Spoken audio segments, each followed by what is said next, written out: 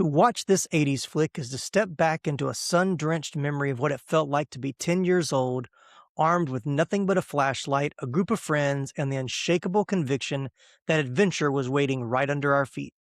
It remains the gold standard of 80s cinema, a breathtaking, chaotic masterpiece born from the combined imaginations of Steven Spielberg, Chris Columbus, and Richard Donner. They didn't just make a movie, they built a playground for our collective youth where pirate legends were as tangible as the neighborhood streets, and the mundane act of exploring a cavern felt like discovering a new world. For the kids of the Goondocks facing the cold reality of losing their homes to developers, a tarnished Spanish doubloon and a brittle attic-worn map weren't just curiosities, they were a desperate, beautiful lifeline. Decades later, the film's magic hasn't dimmed. It still pulls us back into that specific, irreplaceable feeling of camaraderie, reminding us of a time when Rube Goldberg inventions were the height of cool, and even the most fearsome-looking giant could possess a heart of gold. It is a cinematic time capsule perfectly capturing the clumsy, heartfelt, and endlessly imaginative spirit of childhood. So do the truffle shuffle, hop on your bike, and meet us at the Goondocks as Nicholas Pepin, Chad Shepard, and I discuss The Goonies from 1985 on this episode of the 80s Flick Flashback Podcast.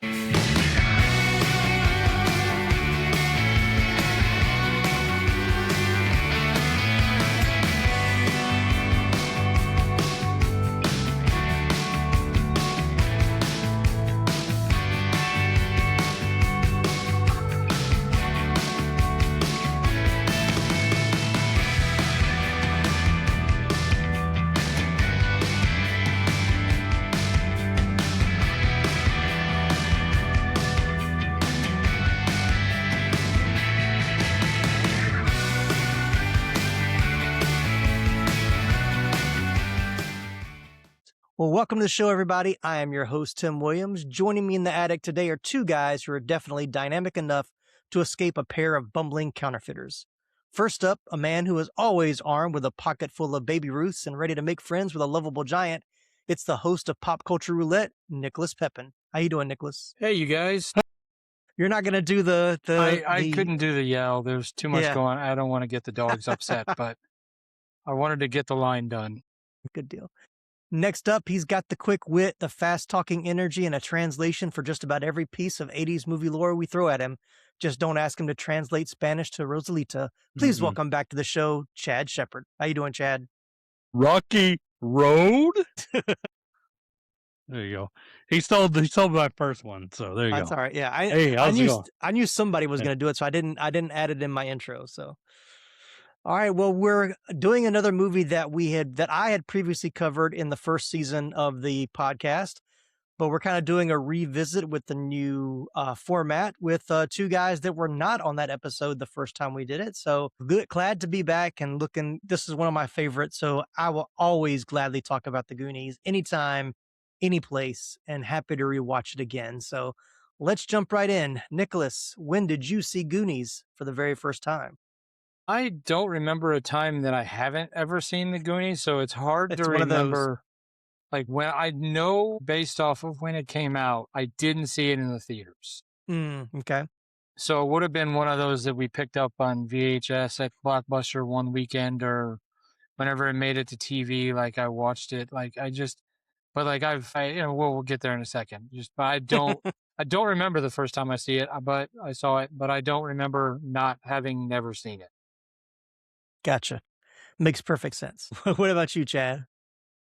I did not see it in the theater as well. I either rented it from either Blockbuster or the local video rental, or my friend had it on because he had HBO, and I don't remember seeing it until I was a little older because this was 85, so I was 6, so I don't remember seeing it until later. I liked the whole thing because some of it was a little frightening.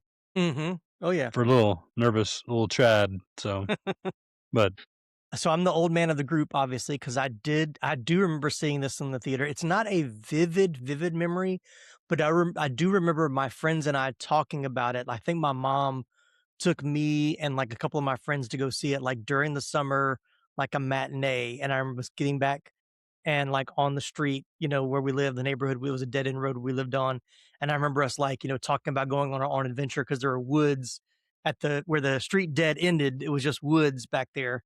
And so we always like to go. My mom was like, "Don't go in the woods." But of course, what we do, we went in the woods. That's what you did when you were 10. You didn't do what your mom told you to do. So we were always trying to think about our own adventures to go on after seeing the movie. So definitely one that I saw in the theater and then saw however many times it was on cable. I know I had the VHS. I have a Blu-ray copy now, so it's one that I've watched many, many times. But how long has it been since you watched it before rewatching it for the podcast? I'll start with Chad this time. A year ago, a Memorial Day. Okay. My wife and I went to the Blue Ridge, Georgia, the mountains, had a cabin, and she was outside on our balcony because that was her vibe and looking over the thing. I was inside watching Goonies because it was just on. I'm like, I hadn't watched this in a long time, so a year ago. All right, cool. What about you, Nicholas? This is one of those movies that I have on digital. So I watch it fairly often. Like if the wife's out of town or like I'm on my own, like I'll put it on to go to sleep too. So it's maybe been a little bit longer since I've seen the whole movie. But it's one of those that like if I'm at I remember a few years ago I was over at my brother and sister-in-law's house.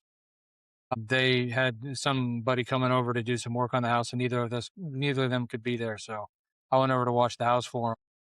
And they didn't have, I think they still had cable at the time. It was in slightly before streaming, flipping through the channels, and I came across Goonies. I'm like, well, know what I'm doing until the AC guy gets here. Yeah. Right. It's just one of those, like if I come across it on TV, I'm probably going to stop and watch it.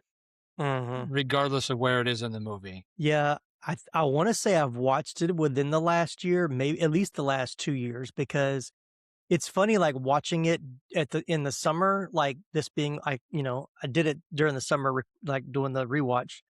But this is a movie I always associate with fall because it's set in the fall. It's kind of cold. It's Oregon. It's misty and rainy. They're wearing jackets and stuff. So like this is a movie like right when it starts getting fall like weather here and like the first like rainy kind of overcast day where it's cool outside. I'm like, it's a perfect day to stay inside and watch Goonies. Like that's like the perfect time for me to put it on. And same with you, Nicholas. I've had it on digital for a while. And I remember Hannah watching it the first time probably like 10 years ago. And she didn't get into it at the beginning, but by the end she was completely hooked. And like when the movie was over, she was back when she was drawing a lot and she wanted to draw a picture of the pirate ship on the water. So I was like, yes, I'm a good parent. My daughter liked Goonies. So yeah. So I have a confession to make.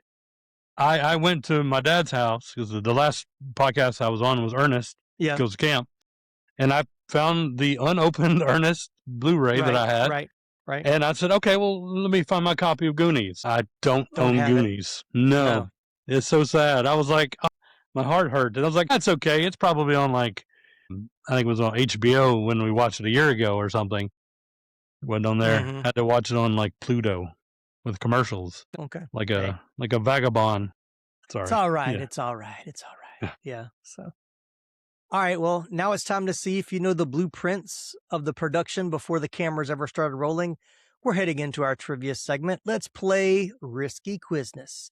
Risky Quizness. Risky Quizness. All right, gentlemen, I pulled 5 artifacts of information directly from the 1984 pre-production and story files. Your job is simple. Tell me if they are true or false. Keep your eyes on the map. Let's see who walks away with the treasure. So 5 questions, true or false. Work as a team. Let's see if you can sweep this one. Are you ready? Let's do this. Ready as I'll ever be. All right, here we go. Number 1, true or false. Steven Spielberg wrote a massive 100-page treatment detailing every single booby trap and pirate legend before handing it over to Chris Columbus to write the actual screenplay. True or false? That seems like something that Spielberg would actually do. Because I know he is obsessively overproductive when it comes to movies that he's not directing. But I didn't read that. Yeah, I didn't either. I know he wrote this. I know he wrote the story because that's in the credits. Story by Spielberg. Yeah, I'm gonna say true. I'm gonna agree. Not starting off very well. That was Spielberg actually pitched the concept to Chris Columbus. Spielberg actually pitched the concept to Chris Columbus as a brief, punchy, one-page outline. Columbus took that single page of inspiration and fleshed it out into the full action-packed script we know today. All right, time to redeem yourself. Number 2, true or false?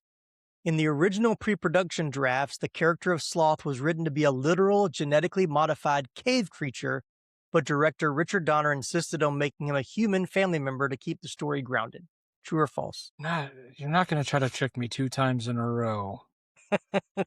Like, I want to say one thing, but I'm like, should I go the opposite since, goodness. I mean, I'm going to say true to this one as well. True, yeah. Not doing good at all. It's false. Sloth was always intended to be a human character. Okay. You still got it. You could still get the last 3 and still come out with a win. So, all right. Number 3, true or false? To make the kids' interactions feel as authentic as possible, director Richard Donner kept the young cast separated during pre-production rehearsals so they wouldn't form friendships until the cameras started rolling. True or false? That is false, yeah, because you want them to be friends before. Yep, it's false. It was the exact opposite. Donner encouraged the kids to hang out, camp, and play together for weeks before filming. The natural, overlapping, chaotic banter you hear in the movie was born from them becoming a genuine best friends before the shoot even began. And it's very evident in the movie, like their chemistry together, all of them, just, it works. And so you can tell they had spent time together. So, all right, you're back in the positive. So let's finish it out with all correct. Number 4, the massive pirate ship, the Inferno, was constructed entirely by hand on a soundstage, and the director strictly forbid the child actors from seeing it until the cameras were rolling to capture their genuine reactions. That one I know is true. That's true, yeah, I've heard that too. Yep, the set was completely enclosed, and when the kids finally turned the corner and saw One-Eyed Willy's actual ship floating in the water, their awe and amazement on screen was 100% real, even though it had to be recorded twice, because the first time they came out of the water, they said a couple of cuss words that were not allowed in a PG movie, so the director's like, nope, we got to do it again. Put them back in the water. So, all right, it's 2-2, so this one's going to determine whether it's a win or a loss. We haven't had a loss in a long time. Come on, guys. I believe in you. Number 5. The original working title for the film during early script development was The Search for One-Eyed Willy, but the studio changed it to The Goonies to emphasize the camaraderie of the neighborhood kids. True or false? I want to say that is false because I want to say no one would ever to try to name a movie something as dumb as The Search for One-Eyed Willy, but I want to say true, though. All right, let's go true. Trust your teammate. It is true. You guys pulled out a win. Early drafts leaned heavily into the pirate mystery aspect for the title, but their production team realized the heartbeat of the movie was the bond between the Goondocks misfits, leading to the iconic final title. So, all right. Got it. Three correct, 2 incorrect. So, you're winners in my book. All right. All right. Well, if you played along, go ahead. I was going to say about the pirate ship. Did you read that like they were trying to give it away to somebody at the end of the movie and nobody would take it? Nobody would so take they had it. to dismantle it? Yep. Yeah, that's sad. Man. Yeah. Some of it went to the Pirates of the Caribbean ride at Right. Disney World or Disneyland. I can't remember. I don't think I wrote that one down, but yeah, I have heard that. So I remember that. Man, like what the foresight wasn't there for them to know that this movie is going to become a cultural icon. Maybe we should keep this because we'll be able to do something with it. Yeah. But then you got to think, like, where would they store it? Like, if somebody got it, like, they'd have to, like, store it. I mean, I guess there's places to store it, but yeah. Yeah. Oh, right at Disney World's a good place. Yeah. When I win $1 billion, I'll just have a replica made and have it on my front lawn. There you go. You know, I won't tell anybody I won the lottery, but there'll be signs. Oh, there's pirate ship. Tim won the lottery again. Yep. All right. Well, if you played along at home, tell us how you did. You can send us an email, reach out to us on social media, or leave us a comment right here on YouTube if that's where you're watching. So, all right, let's jump into the cast. This one, I'm going to try to keep it as short as possible. This cast is stacked. It's one of the best casts, I will say, from the get-go, but also, a lot of names that we know that have become, that were famous then and some still famous now. So, and we'll go in alphabetical order as they are in the credits. Let's start with Sean Astin, who's also primarily the lead as Mikey. He began his career as a child actor, making his film debut in The Goonies, followed by significant roles in Toy Soldiers in 91, one of my favorites, Encino Man 92, also a favorite, Rudy 1993, and of course, Samwise Gamgee in the Lord of the Rings trilogy from 2001 to 2003. According to Sean Astin, he was allowed to keep the treasure map used in the movie, but several years later, his mother, Patty Duke, discovered it, thought it was just a crinkled piece of paper, and threw it away. Those mothers always throwing stuff away. Yeah. Stay out of my room. Stop cleaning my room. Yep. So, but yeah, Sean Astin is like so perfectly cast in this. He has some really, really great moments in the movie, for sure. Anything to add there? I'm just constantly amazed he's John Astin's stepson. Yeah. But yeah, no, you're right. I mean, perfect casting with him. You just dead on. Mm-hmm. Yep. All right, and then playing his older brother, Brand, Josh Brolin. He's the son of actor James Brolin. This was his first role as well. He had a resurgence with his starring role in the crime film No Country for Old Men in 2007. That's where his career progressed with roles in W in 2008, True Grit in 2010, Wall Street Money Never Sleeps in 2010 as well, Men in Black 3, Old Boy, Inherent Vice, Everest, and Hail Caesar.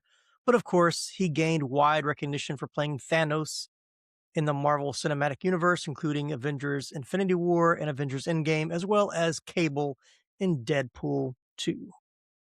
He said he auditioned at least 6 times for the part. He had been to at least 300 unsuccessful auditions before. He claims he almost ruined the first day of shooting as he was laughing so much from nerves that he couldn't stop, and it became a problem on set. I could see that being your first big movie. You're a Spielberg movie with Richard Donner, and you're like super nervous. I could see that happening. So, but yeah, he had a lot to live up to as his dad being a famous actor then. Yep. All right, anything else to add about Josh Brolin? He was also Jonah Hex. I feel like if Laramie were here, he would say Jonah Hex. Yeah, I don't know if Laramie would want to bring that up though. Probably not. Yeah. I don't know if Josh Brolin would want us to bring that up. No. Sorry, Josh, if you're listening. Blame Chad. All right, then we got Jeff Cohen as Chunk. He's best known for his role in this movie. In 2002, he co-founded the Beverly Hills-based law firm Cohen Gardner LLP, which represents clients in the media, technology, and entertainment industries. Yes, he left acting shortly after this movie, became a lawyer. Outside of the Goonies, he was a guest star on TV shows such as Webster, Family Ties, Kids Incorporated, and The Facts of Life. But he'll always be Chunk to me. He actually got the chicken pox after he got the role, and he showed up on set anyway, afraid they would fire him and replace him with someone else if he told him he had chicken pox. Sad to say. Yeah. But I wonder how many people still come up to him and be like, do the truffle shuffle. Well, he's not even like, he's lost a lot of weight. He's really thin now. So not a lot to shuffle in that truffle, I guess. No, but people would still do it. Oh, yeah. Of course. And he was like, he didn't want to do it when they filmed it. He was like super subconscious, and like Richard Donner actually cleared the set. So for him to do it without a lot of people there to see him. So I don't blame him. I put myself in as a bigger boy myself. At his age, I would have been mortified. I would have been like, "You want me to do what?" Yeah, that's honestly one of the parts of the movie that doesn't age as well, because like he's just the fat kid. Like he does. I mean, he has a little bit of a story, but like it's so overly done with like when my stomach every time my stomach grumbles, I know I'm in trouble, or he's always hungry. So, but yeah. I remember seeing him on I think it was a Disney movie. It was probably right after this, and it was a movie where like a little girl got her bike stolen, and her brother and his friends wanted to rescue the bike or something, or some nature, and they went to Miss Juria's house to train, and it was Mickey Rooney was the trainer. Do y'all remember any of this, or am I just? No. I don't remember the name of it, but I'm pretty sure it was like a Disney, the night on Disney or whatever it was. The Wonderful World of Disney on Wonderful World of Sunday Disney. nights. Yeah. Mm-hmm. It's possible. We have to look that one up. So yeah, I should have been prepared, but I'll start now. All right, and then of course Corey Feldman as Mouth. We've covered Corey Feldman on several episodes already, including Friday the 13th, the final chapter, Gremlins and Stand By Me, as well as Lost Boys and License to Drive. So yeah, so not much else to add about Corey Feldman. If you don't know who he is, were you even alive in the 80s or the 90s? So, but this was a fun fact. Corey Feldman's journey to the movie began with E.T. the Extraterrestrial. Steven Spielberg actually cast Feldman to play Elliot's best friend when the film was going to be about two boys who discover an alien. Spielberg brought him to the set of Poltergeist to show him around, watching the scene where Jo Beth Williams was in the rotating bedroom set. However, during the course of E.T.'s production, the story was changed from Elliot and his friend discovering the alien to Elliot and his family, removing Feldman's character completely. Spielberg felt bad and promised to cast him in his next film, which ended up being Gremlins, and Feldman did such a good job on that film, he was then cast immediately for The Goonies. So, which is pretty cool. Another fun fact, not only was Corey Feldman's character appropriately named because he talked a lot, but the name fit for another reason. The scene where Mama Fratelli pulls the jewels out of Mouth's mouth was shot in one take, with Feldman managing to fit all the jewels in his mouth at once. So he's got that going for him, which is nice. Skills.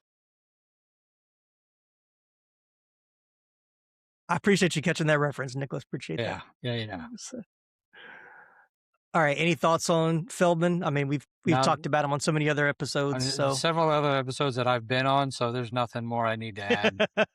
Yeah. Did y'all talk about his? Yeah. Did you talk about his music prowess? No, I try not to. Okay.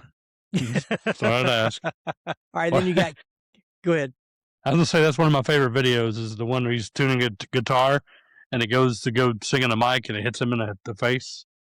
I don't think I've seen. Have you not seen that? It's okay. It's pretty funny. I've seen a couple of appearances when he was trying to launch his music career, and I saw the music video he made with his friends in a hotel or something.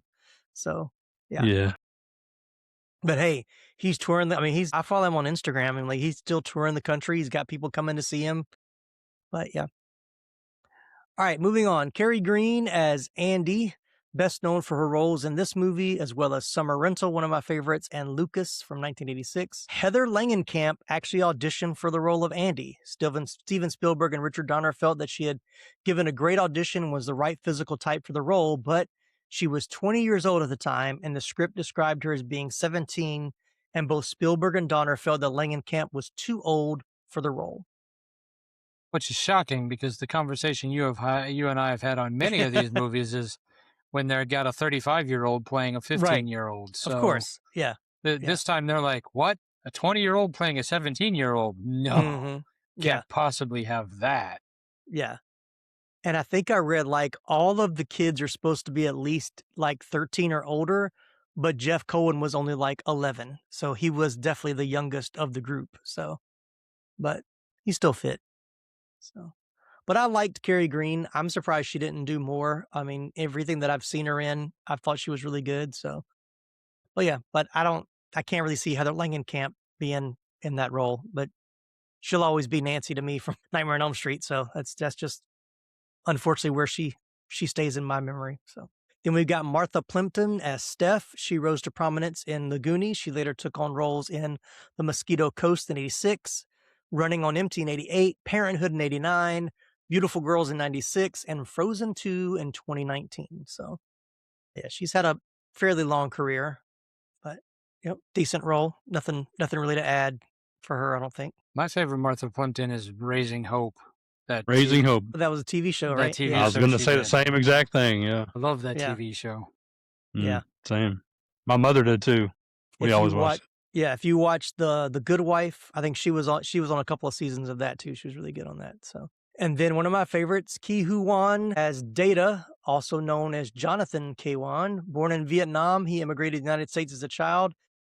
He rose to fame playing Short Round in Indiana Jones and the Temple of Doom in 84, and then followed it up with Goonies in 85. Following a few roles as a young adult in the 90s, he took a 19-year acting hiatus, during which he worked as a stunt choreographer and assistant director. He returned to acting with the family adventure film Finding Ohana in 2021, followed by the critically acclaimed Everything Everywhere All at Once in 2022. He has since starred in the second season of Disney Plus series Loki in 2023 and in the Disney animated film Zootopia 2 in 2025. So, but yeah. Oscar winner. Oscar winner, too. Exactly. He won an Oscar for that movie. Mm-hmm. He was good in that. Like I'm not a super huge fan of Everything Everywhere All at Once. I mean, it was good. I don't think it was as great as everybody hyped it up to be, in my own opinion. But he was really good in it. I felt like he definitely deserved the award for that movie. So, all right, moving on. One little note here I did want to put before we jump into the rest of the cast. All of the main characters are referred to by nicknames, and their real names are either rarely mentioned or not mentioned at all. Mikey is Michael, Mouth is Clark Devereaux, Data is Richard Wang, Brand is Brandon Walsh, Chunk is Lawrence Cohen, Andy is Andrea Teresa Carmichael, Steph is Stephanie Steinbrenner, and Sloth, Lotney Fratelli. Why would they give him a name like Lotney? Lotney. Who knows? Yeah. But he'll always be Sloth to me. So, his mama called him Sloth, I'm going to call him Sloth. Okay. All right, moving on. Then we got John Matuszak. I don't know if I say his name right. Played Sloth. Of course, he was selected by the Houston Oilers with the first overall pick in 1973 NFL draft and played most of his career with the Oakland or Los Angeles Raiders until retiring after winning his second Super Bowl in 1981. As an actor, he starred in both films and television, appearing first in North Dallas 40 in 79, followed by Caveman in 81, and of course, Sloth in the Goonies. He also makes a cameo appearance in One Crazy Summer in 1986, 87. I didn't write that one down, but yeah.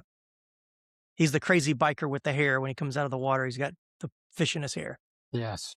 If you weren't sure who that was. Yeah. And then Robert Davi as Jake Fratelli. Over the course of his acting career, he performed in more than 130 films. He's most known for his role in The Goonies, Die Hard, License to Kill, Predator 2, and Showgirls. And he also portrayed an FBI agent in the NBC television series Profiler from 1996 to the year 2000. So, yeah, he'll always be the FBI guy in Die Hard and this. That's the two that I know him the most for. Yeah. Yeah, or Showgirls, the strip club owner. Well, yeah. Okay. Just telling you. Yeah. And then another favorite, Joe Pantoliano, Joey Pants, as Francis Fratelli. His most popular film roles include Captain Conrad Howard in the Bad Boys film franchise. He was Cypher in The Matrix. He was also in Christopher Nolan's psychological thriller Memento.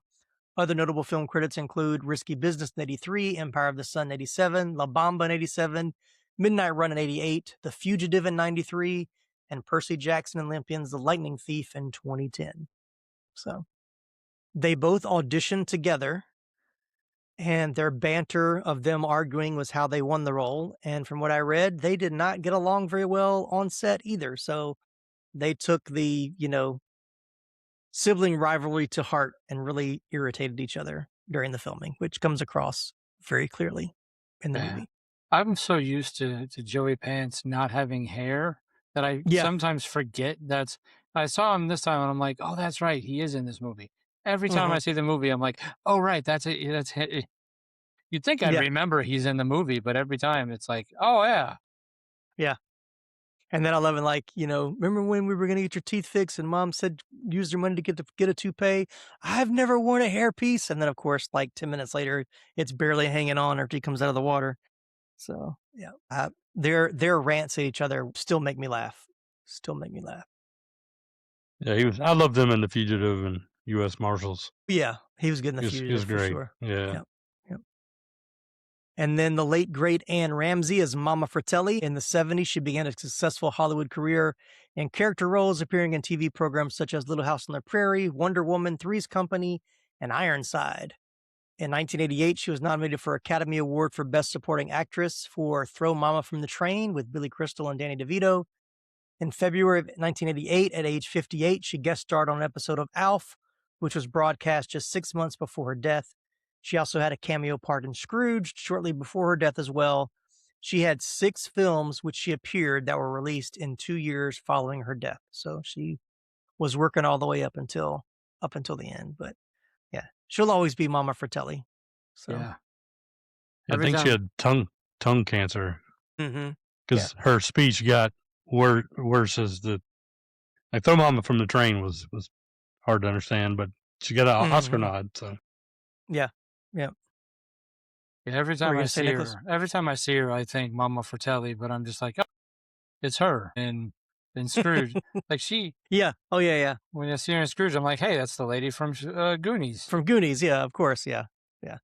This was for sure the first thing I saw her in. Like, I don't remember her on Little House on the Prairie or Wonder Woman or Three's Company. It'd be kind of fun to like find those episodes, really see her in those, today. But yeah. All right, last one we'll really cover is Mary Ellen Trainor as Mikey and Bran's mom.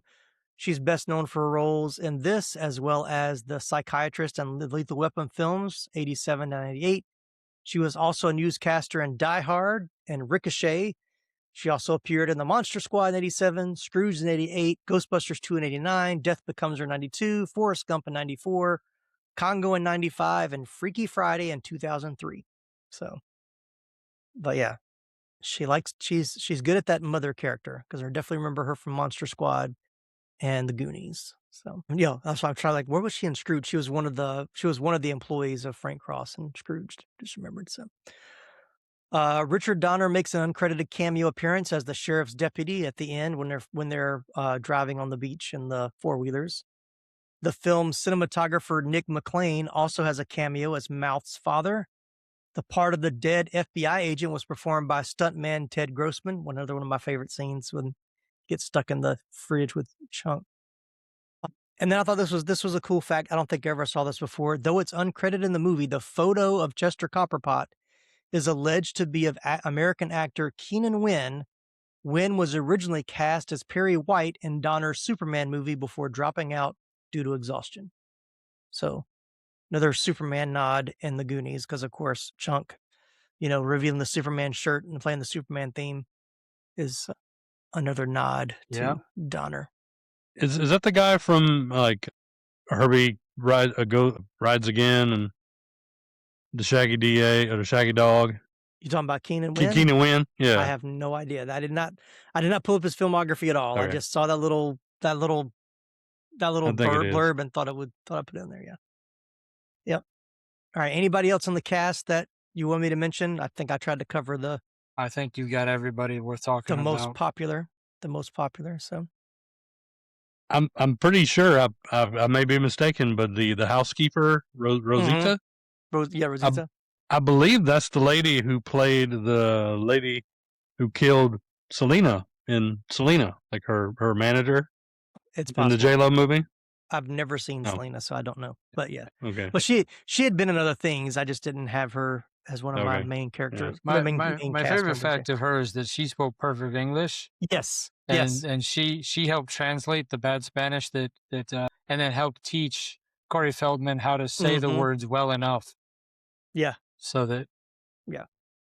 What I don't get, even watching it now, why are all the drug names and like everything that's bad in all caps in the subtitles? Like it's like, we want you to know this is the most important thing for you to see on the screen. So, which is hilarious. And all that stuff went way over my head as a kid. Like I didn't know anything what they were talking about, but watching it now, it's like, oh, okay, yeah, I could see how this would have been a little, I'm sure my parents kind of like turned in their seat a little bit in the theater, like, ooh, what are we watching? So, but that and the Statue of David scene. Yeah, I had no idea. Yeah, if God made us like that, we'll piss in our faces. So yeah. Yeah, that's my mom's favorite part. Yeah. Way over my head. Yeah. Yeah, that definitely wasn't something that I understood until sometime in the 90s when I was watching it. I was like, wait a minute. Did he just say what I think he said? Yeah. And I remember because I think I had a recording of the TV version because I do remember how badly that section was edited, like for TV. Like they wouldn't show the actual figurine. or the actual like statue, whatever, but they would talk about it, but you couldn't see it, so it didn't make any sense. So it was just like, yeah, that's what I remembered. So fun times. All right, let's jump into iconic scenes, favorite scenes. So if someone says Goonies, what's the first scene that pops in your head, Nicholas? When the kids see the pirate ship for the first time, I mean, I know we already talked about it. Yeah. Our Chunk screaming, "Hey, you guys!" coming down the banner, and then ripping his shirt open to see the suit, the Superman. Those are the iconic. I mean, there's so many iconic scenes. It's really hard to pick, but yeah. I mean, well, you picked the same two I had on my list, so I'm like, shouldn't have called on you first. I'm kidding. Playing the bone piano. Yeah. I got a couple of things, but I'll save those for my favorite scenes. Okay. What about you, Chad? Iconic scene. Oh, gosh. In the attic, finding the map. Oh, yeah. And just, here, Chunk, hold this. He's like, okay. And then he's counting. 1, That's great. 2. Yeah. Yep. Yeah. I will say, like, go ahead. Yeah, just finding the map was great. And then them deciding to leave, then wrapping Bran in his little stretchy things. Yeah. Mm-hmm. Yeah, I will say, like, I remember when I watched this again 15 years ago, probably longer than that, when Facebook was like, when I was early in my Facebook days, when you had to have like you're always changing your cover photo or whatever. And I had done I found the screenshot of like all their eyes just above the map when they're looking at the map, like just a great like cinematic shot. And so of their 4 eyes over the map. So that scene is very vivid in my mind too. So for sure. But yeah, like I said, Nicholas took mine. Them seeing the pirate ship for the first time is the first thing I think about. One-Eyed Willy, like in the treasure room. Like, yeah. And then, Sloth and Chunk's entrance on the pirate ship is one of my favorites too. So, all right. What about favorite scenes, Nicholas? You said you had a couple more. Yeah. Well, basically anything with Chunk and Sloth. Like there's just the interaction with those two, like from the get-go. Sloth in general, I think, is one of my favorite characters. Just like, like you said, like, here, Chunk, hold this. 5, 4, 3, 2, Yeah. But and I love how he's just talking while he's holding it, like just, why just randomly talking. So yeah, just like, they've got him down. But, there's so many, like, just like the Rube Goldberg devices. Data with his, like, inventions. What does he say? Because I should have wrote it down because I thought it was really funny this time. Something about a sucker punch, and then like he's got the glove that comes out and hits them, and then the second time he does it, he hits himself. Like those the booty traps. Yeah, the booby traps. That's what I said. Traps. Yeah, booby traps. Yeah. What about you, Chad? Favorite scenes? Gosh, favorite scenes. I really liked the when they're down in the whale part. The well, the wishing well. The wishing well, yeah. Yeah. Corey Feldman has the great line about "This is mine, this is my wish, and it didn't come true." That's great. And then Andy sending her jacket back up, and you that's just great. And I'm remembering the first time I saw this movie, I did not see the whole beginning, the chase, Fratelli chase, and then you introduce all the kids. I skipped that part. I went directly to the house when I first saw this movie. So the time I saw the whole beginning, I'm like, well, there's a whole like other part of the movie I missed. Yeah. But yeah, I remember watching again for the first time, like after not seeing it for a while, and when it opens up, right there at the prison, I was like, did I put the right movie in? Like what is this? Yeah. Yeah. So yeah, definitely a scene that you kind of forget once you're into the movie, but it is a fun scene at the beginning. But introducing them as the car being chased by the police, that was cool. I like that. Yeah, that is that's like filmmaking 101, like how to introduce your characters through the opening credits and like understanding kind of who all of them are in a very short amount of time. So I thought that was very well done. Very well done. So favorite scenes for me, the country club water pipe scene is one of my favorites just because it's so hilarious. It's very much just there for comic relief, like the old man trying to get the water from the water fountain outside the tennis courts. And then is it Troy that's sitting on the toilet? And of course it, goes up into the ceiling or whatever. So it feels a little bit out of place watching it now because it is very cartoonish, but it's a fun scene. And then my other favorite scene is Chunk's confession. You want me to start from the beginning?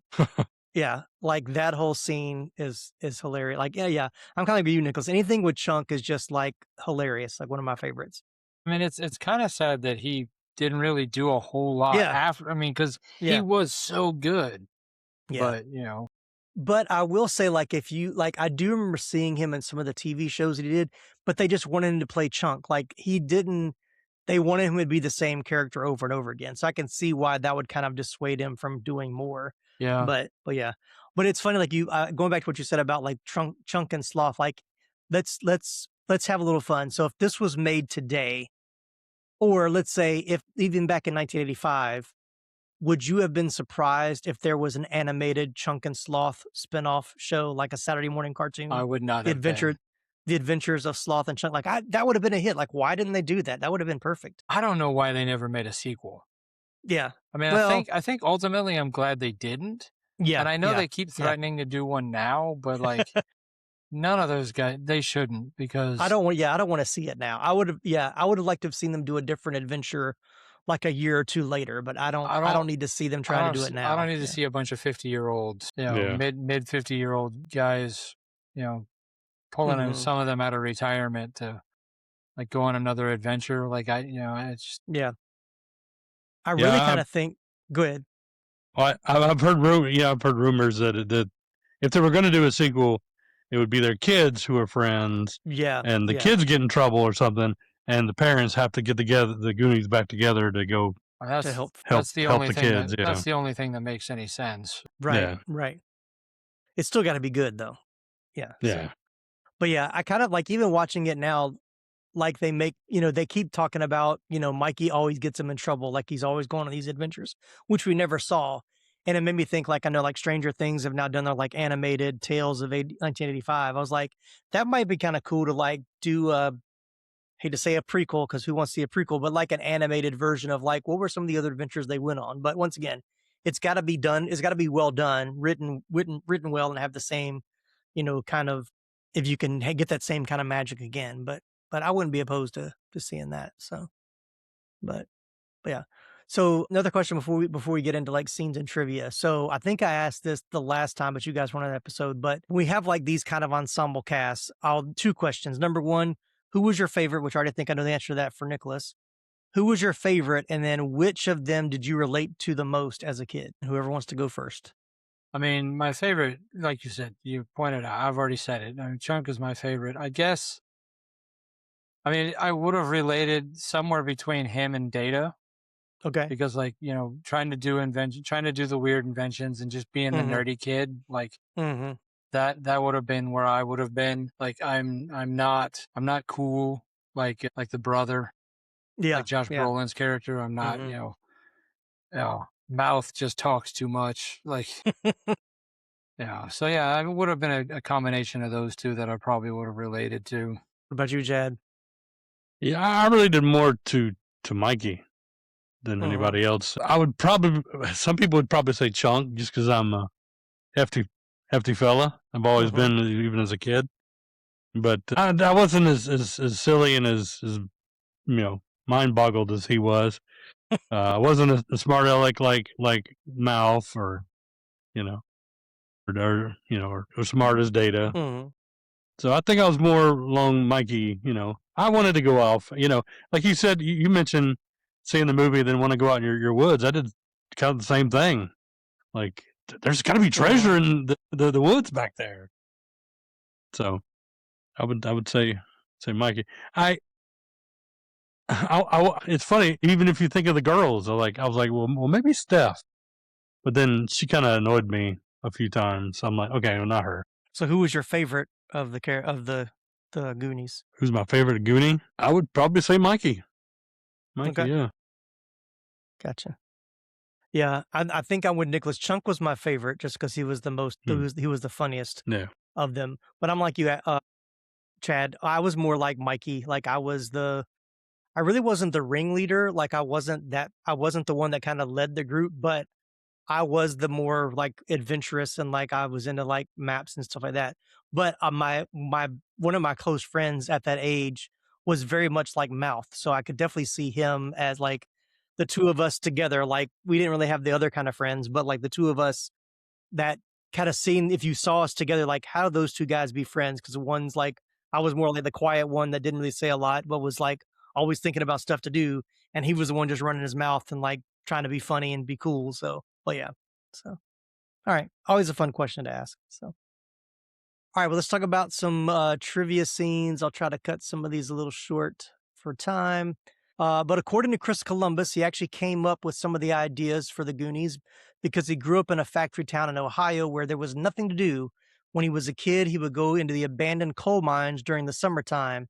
Originally, he was going to set the movie in Ohio. And then it's well documented that this movie was, even though Spielberg is listed as a producer, he was pretty much a co-director. He directed several scenes, including the Goonies banging on the underground pipes, as well as the wishing well scene he's known for.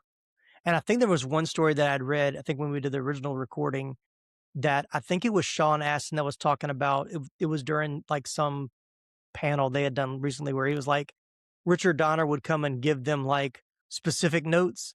And then as he was walking back to the director chair, Spielberg would come up and give him like additional notes, like play it this way. So it's like they felt like they had two directors, like they would both give them different, they weren't contradictory, but just like they were being directed by both men. So that is not the first Spielberg / some No. other director production I've heard that about. Yeah. Another kind of well-known fact is that Donner had Sean Astin improvise the legend of One-Eyed Willy. Donner basically told Astin a similar story moments before they shot and had the actor tell it back to him as best as he could while the camera was rolling. So I thought that was kind of cool. The slide for the Goonies to ride to get to the cave was a fully functioning water slide. The end credits thank the Langford Surf Coaster Corporation for building it. And rumor has it Donner and the crew would allegedly sneak in after filming wrap for the day and would ride the slide. I would too, yeah, man. why That wouldn't slide you? is Yeah. awesome. Yeah. If you're going to spend that kind That of was a money cool and part. time, why wouldn't you Yeah. use it for a few other? Yeah. And my favorite part of that is like they all came out of a different chute at the end. Like I want to know, like it never shows where they kind of split off, but you notice like there's like 3 different exits of or how that comes out of the cave. And I love how the music hits those hits from as soon as they splash on the water. That's just like another one of my favorite scenes for sure. Like, yeah, I thought the same exact thing. I was thinking, well, they probably did it so they wouldn't land on each other because they came out. It was one continuous shot too, or at least Right. the main shot. And yeah, so All right. So there is no uncut version that's been released on home video, but the basic cable or local stations often air the film with a version that includes 2 deleted scenes that were not in the original film and not on the DVD or video. And that's the Stop and Shop scene and then Giant Octopus. I did watch these on they both those scenes were on the Blu-ray. I'd seen them before, but if you haven't seen them before, the Stop and Shop is right after the Goonies leave the house on their bikes. They drop by a drugstore where Mikey locates an actual map of Astoria and realizes that the treasure map matches the same, the coastline is the exact same as what's on the treasure map. So that's how he knows to go to, the next scene where they're looking at the restaurant. In that same scene, Chunk is licking ice cream quarts in the freezer, and Troy shows up being like the ultimate bully bad guy, and he tries to set fire to the One-Eyed Willy map. He actually pretends it's a blunt and tries to light it. So, which I'm pretty sure that's why it got cut from the PG version, even though I know, the Cheech and Chong movies were rated PG in the 80s. So, I mean, maybe not too bad. yeah. But it's actually a good scene if you watch it. It ties a few things together that's not clearly stated in the movie, but it does run a little long. The other one is the giant octopus. Of course, at the end, when the news crew are asking them questions, you hear Data talk about the octopus, and they're like, there was no octopus, but there is a deleted scene where an octopus attacks Steph, and for some reason, underwater, Data shoves a Walkman into its mouth, and the octopus lets Steph go and starts dancing away in the water. It is by far the worst scene, and I'm so glad it's cut. I don't know why they would even put it on the cable versions. Yeah. It's just so ludicrous. Yeah. Last night was the first time I saw it because they do have some of the deleted scenes on my digital copy as well. Oh, okay. Yeah. And I'd always like that octopus line had always thrown me because it's like, what are you talking about? Mm-hmm. Because Chunk's the one that lies about everything. So why is Yeah. why is Data? Yeah. Yeah. But yeah, Which is funny why they left that. Yeah. It's funny why they left that line in the final cut if it's not in there. So go ahead. Yeah, but yeah, it was one of those like, now having seen it, I'm like, man, I'm glad they cut it. But at the same time, like, can you imagine the amount of money and effort it took to build that octopus and work that scene for them to just be like, yeah, we're gonna cut that. But yeah, I think ultimately we have a better film because they cut it. Mm-hmm. Yeah, as I watched it yesterday, I heard that same thing. I'm like, oh yeah, there's a deleted scene, and I put it up on my YouTube to watch it, but I did not watch it. So guess what? I'm watching it when I get done. I'm trying to watch both of them. When I put them up on, when I put them up on YouTube several years ago, they were pretty grainy copies, and even the one on the Blu-ray that I have is not super clean. But I think one of the ones I found was like when it used to air on Disney Channel, they had those scenes in there. It had the little Disney Channel logo in the corner, so somebody had recorded it that way. So the ones on the digital copy that I have were nice, clean, and crisp. okay, Like they like were finished enough that like they could have inserted them in the film. mm-hmm. But yeah, no, I get why they cut the Stop and Shop sign, but also at the same time, like it does provide more information, but at the same time, it also confuses the timeline because the brother catches up to them, and then somehow they get away from him again, and then he doesn't catch up again until they're at the restaurant. Yeah. So it's I had very the same confusing. thought. But yeah, I had the same thought, which makes me wonder: did they decide to cut that scene and then film the scene of him on the bike and them running Brand off the road? Like, I wonder if they put that scene in there to kind of instead. So I don't know. Didn't dig that deep, but yeah. So there's also a scene where the Goonies oath is said, and this is not that you can't find this anywhere, but after the group finds themselves in the wishing well, immediately after Andy says, "I'm not a Goonie," she is sworn in, and that's when she sends Troy's jacket up in the bucket. It's never been shown on TV or any DVD version, but pictures of the scene are printed in the Goonies official souvenir magazine. And if you've never heard the oath goes like this: "I will never betray my Goondock friends. We will stick together until the whole world ends. Through heaven and hell and nuclear war, good pals like us will stick like tar. In the city or in the country or in the forest or in the boonies, I'm proudly declared a fellow Goonie." So you've all been sworn in. Well, I'm honored. I love this movie, and we're about to find out how much I love it in a second. But yes, I noticed getting there. I noticed that like the more I watch it, the more the logic of this movie definitely doesn't hold up. And so like it's just one of those like I love it because like it's nostalgic, and I think if you watch it for the first time, you're not going to catch a lot of the stuff. But the more you watch it, like any movie, you're just like, wait, what?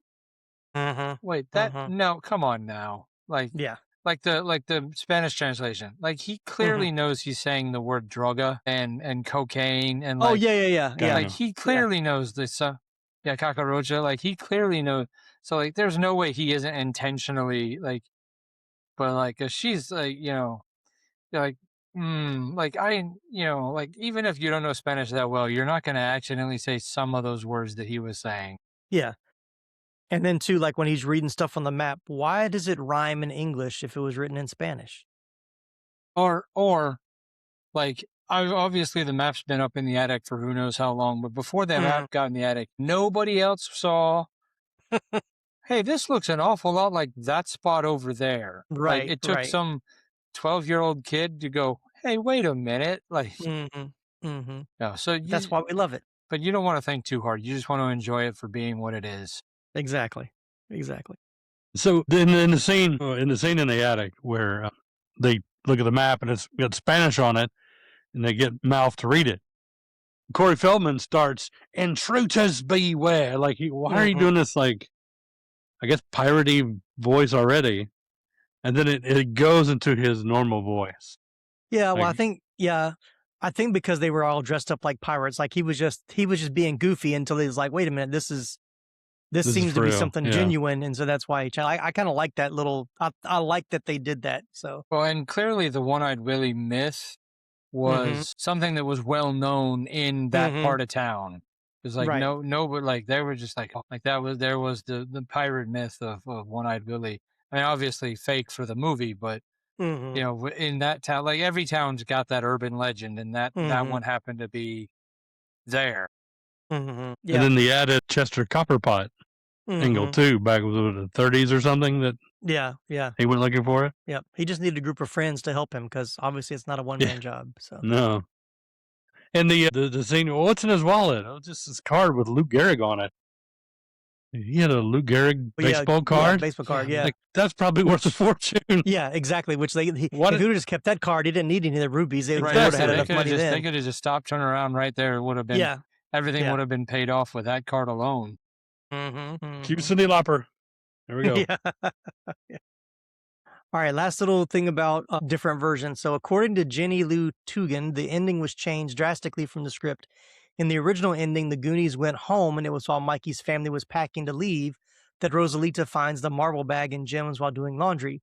There was reference to the last scene being changed to occurring on the beach, so the ending was simplified, and the Inferno could be seen a magnificent exiting shot at the end, which I think is much better. So I can see why they changed that from the original script. So, all right, let's look at the box office. The Goonies were released theatrically in the United States on June 7th, 1987.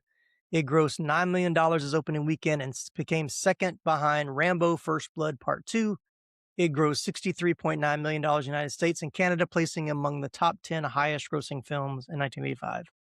So yes, I thought this was two things. I'm not going to put this on I'll delete this from the episode, but I did not realize when I scheduled this that we recorded on the same day that it came out in 1987.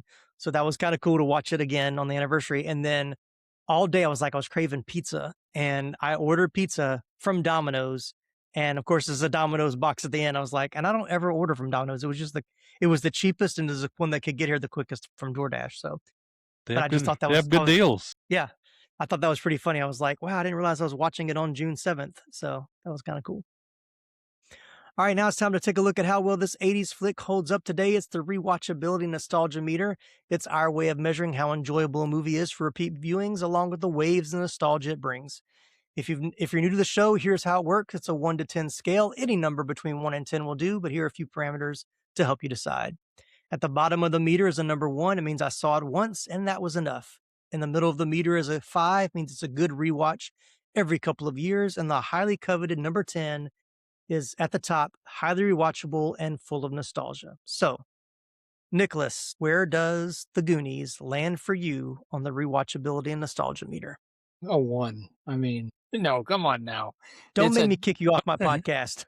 Don't make me kick you off my podcast. Oh, you were serious for a second. No, I'm not. It's a 10. Come on now. I mean, I've watched this movie so many times.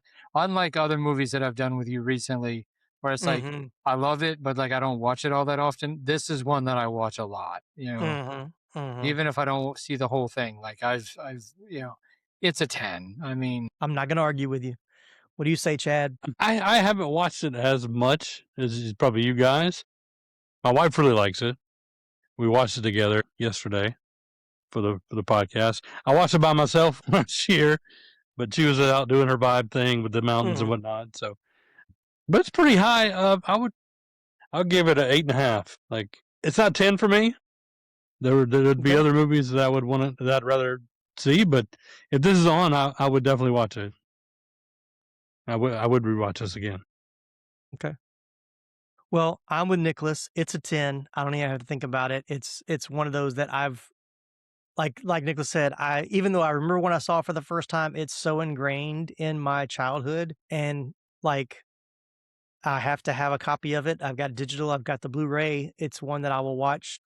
Like I said, there's a certain time in the fall when it's like I've got to watch the Goonies, and so it's become something I watch at least every year. So yeah, definitely a 10 for me. So, well, let us know where you think the Goonies should rank on the rewatchability nostalgia meter for you. Send us an email, let us know on social media, or drop us a message right here on YouTube if that's where you're watching the podcast. Well, I want to thank Nicholas and Chad for joining. Nicholas, my plan is to drop this 4th of July weekend. So what do you have? Got any plans for July? You have any plans for Pop Culture Roulette for early July that you want to promote? Not really, because I'm working on a big project. I just don't know how big it's going to get yet. Gotcha. All So, right. yeah, I mean, I don't know how you just want me to do my normal speech then, or? Sure. Yeah. All right. So, I mean, if you want to hear about pop culture, everything that we want to talk about, head on over to Pop Culture Roulette. You can find us on anywhere your podcasts are found. Look us up on Facebook, Instagram, can contact us, can get in touch with us over there. We like to have a lot of fun and just do brackets and give each other a hard time. But, we got some big things coming. It's too early to release that information just yet. Gotcha. Leave them with a tease. I like it. And Chad, no podcast for you, but you're still the afternoon host of the radio station in Jackson, Georgia. I am, yes, sir. I've been doing a new thing. I'll kind of promote, Sure. I guess. Yeah. I would really wish we do have a website, but you can't listen to it, the station, sadly. But Gotcha. I'm doing a new thing, and you might like this too. It's Chad's Time Machine Countdown. All week, I count down the 100, the Billboard Top 100 songs of a year that I pick, starting at 100 on Monday, and we finish the top 20 on Friday. Okay. My boss actually likes he's like, I like that time machine thing you're doing. So this Monday, if I don't change my mind, and then hopefully we're going to 1967 and count down the 100 sounds of 1967. I've done at least 4 80s, done 84, 81, 87. I've done 91 was the hardest because there's a lot of rap in the 91. Yeah. In our station, that's not our genre. Gotcha. So I kind of had to, okay, well, here's a little sound clipping from that song. So let's move on. That was a shorter week too. But just counting, like I'm picking one. I got Back to the Future sound bites that I play in the beginning and the end, kind of, and more stuff is to come. I got more ideas and just enjoying it. So very cool. If you're ever in the Jackson area, south of Atlanta, tune in 92.1. Cool. Yep. All right. Well, that's a wrap on another trip through the greatest decade of cinema. If we sparked a memory or helped you to rediscover a classic, please head over to Apple Podcasts and leave us a 5-star review. It truly helps the show reach more fans like you. To make sure you're always in the loop for our next deep dive, hit that follow or subscribe button right now. And if you want to help keep the show running, consider becoming a partner at buymeacoffee.com. For more 80s goodness, our digital headquarters is always open at 80sflickflashback.com. And while you're there, check out our TeePublic store for original designs and movie-inspired merch that'll have you looking like an 80s icon. Thanks, Nicholas and Chad, for being here. Thanks, everybody, for tuning in. I'm Tim Williams for the 80s Flick Flashback Podcast. Goonies never say die.